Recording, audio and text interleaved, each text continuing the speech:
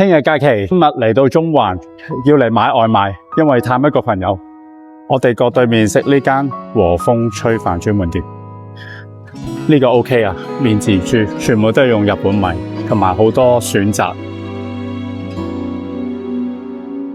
今日我就嚟探班，嚟到呢個錄音室。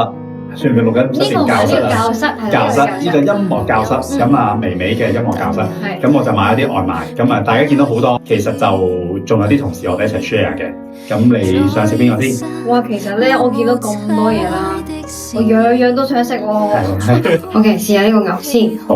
嚟咧，你啱啱一嚟咧，你攞過嚟我，因為我哋上堂啊嘛，我已經一邊上堂一邊聞到嗰陣味啦，好香流口水啊已經係。呢間鋪頭咧係中環專食外賣嘅。哦，佢專門淨係齋外賣。齋外賣，因為好多人叫我介紹兩餸飯，咁不如唔好介紹兩餸飯啦，介紹個好少少嘅。竟然講到兩餸飯，但我想知道呢啲貴唔貴嘅？600零蚊咯，還好嘅，還好嘅。係啊，佢個和式汁好好食啊！唔係嗰啲飯咧，佢唔係白米飯咁解，嗰啲可能雞飯嗰啲。係，佢入邊有調咗味嘅飯，唔係淨係飯咯。我都想食啊！好食啊！睇到呢度啦，其實谷阿眉係超級食得辣嘅。